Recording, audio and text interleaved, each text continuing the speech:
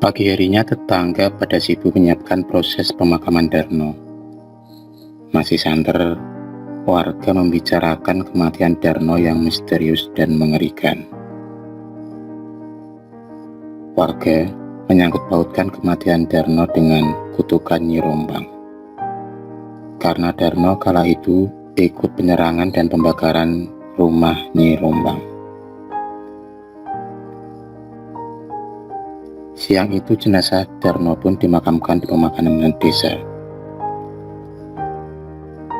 2 hari setelah pemakaman Darno, saat itu Hardi sedang pulang dari membeli bakso.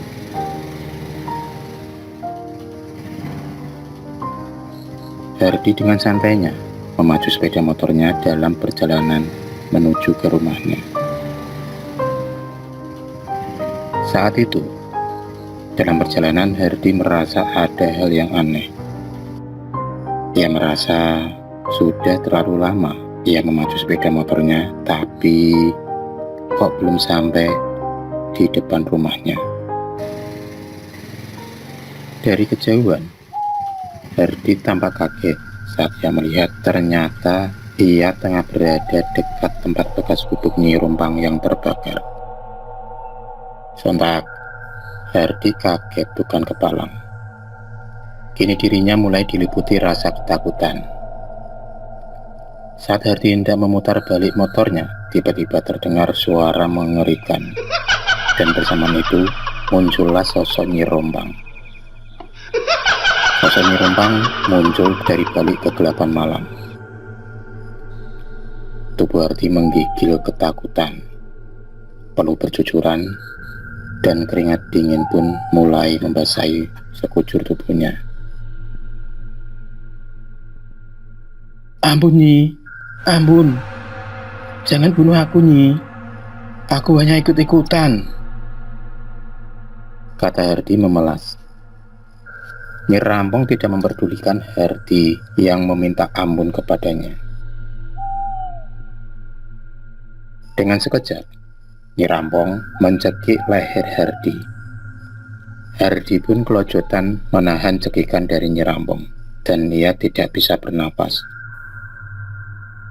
Sesaat kemudian, Nyi Rombang melempar tubuh Hardi ke atas, dan tubuh Hardi pun melayang terlempar dan jatuh ke tanah. Lagi-lagi, tubuh Hardi terlempar kembali. Dan kali ini ia jatuh dengan sangat kerasnya. Tambah celakanya, tubuh Hardi yang jatuh itu tepat di atas bambu yang ujungnya runcing. Tak ayal, tubuh Hardi pun tertembus bambu tersebut. Darah menyembur di sekitar tubuhnya, dan Hardi akhirnya menghembuskan nafas terakhirnya. Kali ini tambah tragis kematian yang dialami oleh Hardi. Orang yang melihat pasti akan bergidik bulu kudunya. Nyi Rombang kemudian hilang di kegelapan malam, meninggalkan misteri-misteri kematian di desanya itu. Pagi harinya, ketika seseorang warga tengah melintas di jalan dekat bekas gubuk Nyi Rombang yang terbakar itu, ia melihat ada seseorang tergeletak. Ia pun penasaran dan menghampiri ingin tahu siapa yang tergeletak itu. Betapa kagetnya dia saat yang ia lihat adalah sosok Darno yang tertembus batang bambu yang berlumuran darah. Ia pun segera berlari ketakutan dan segera melaporkan ke rumah Pak RT. Sesampai di rumah Pak RT, dia mau menyampaikan apa yang dilihatnya kepada Pak RT.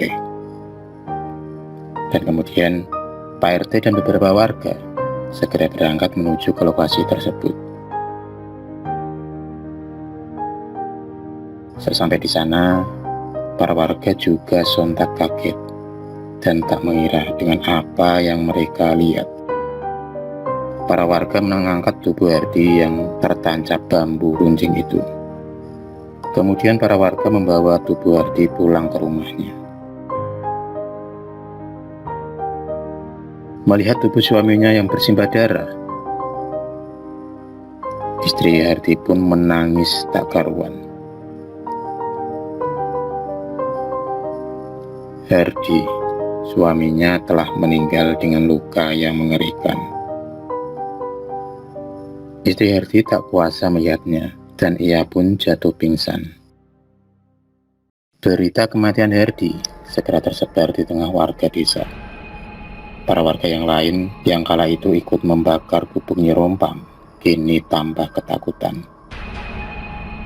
Sebab sudah 2 orang yang menjadi korban kutukan Nyi Rompang.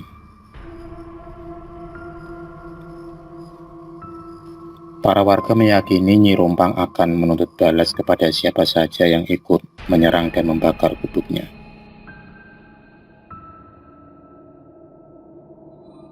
Malam itu, beberapa warga berinisiatif pergi ke rumah Mbah Sarmo.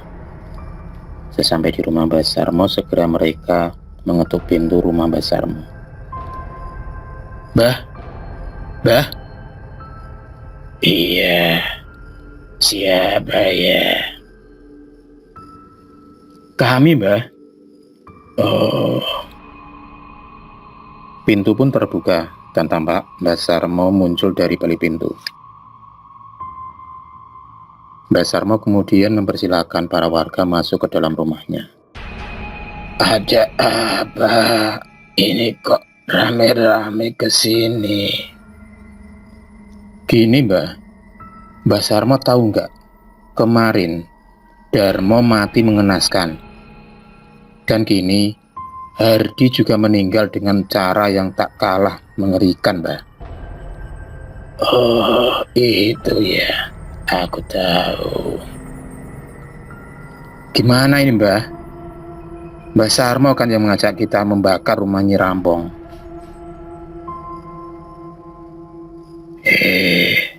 Tenang, tenang, jangan khawatir. Nanti aku yang akan membereskannya. Kalian tahu kan siapa aku? Sudah, jangan khawatir lagi. Biar aku yang menghadapinya jika ia muncul lagi di desa ini. Belum habis Mbah Sarmo berkata, tiba-tiba terdengar suara dari luar rumah. Suara yang mereka kenal. Ya, suara Nyi Rompang. Sarmo, kamu kan yang telah menghasut para warga untuk menyerangku. Kamulah otak semuanya. Dan kamulah yang sebenarnya telah membunuh Mawar dengan santetmu. Beberapa warga yang sedang mengobrol dengan Mbah Sarmo pun kaget mendengar suara itu.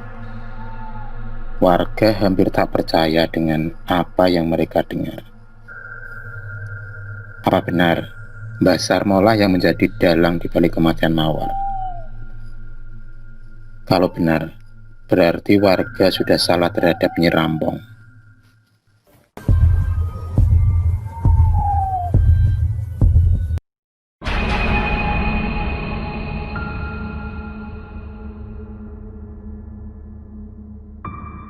Terima kasih sudah menonton video cerita bergambar ini. Klik subscribe untuk terus menonton video-video cerita bergambar selanjutnya. Semangat berkarya.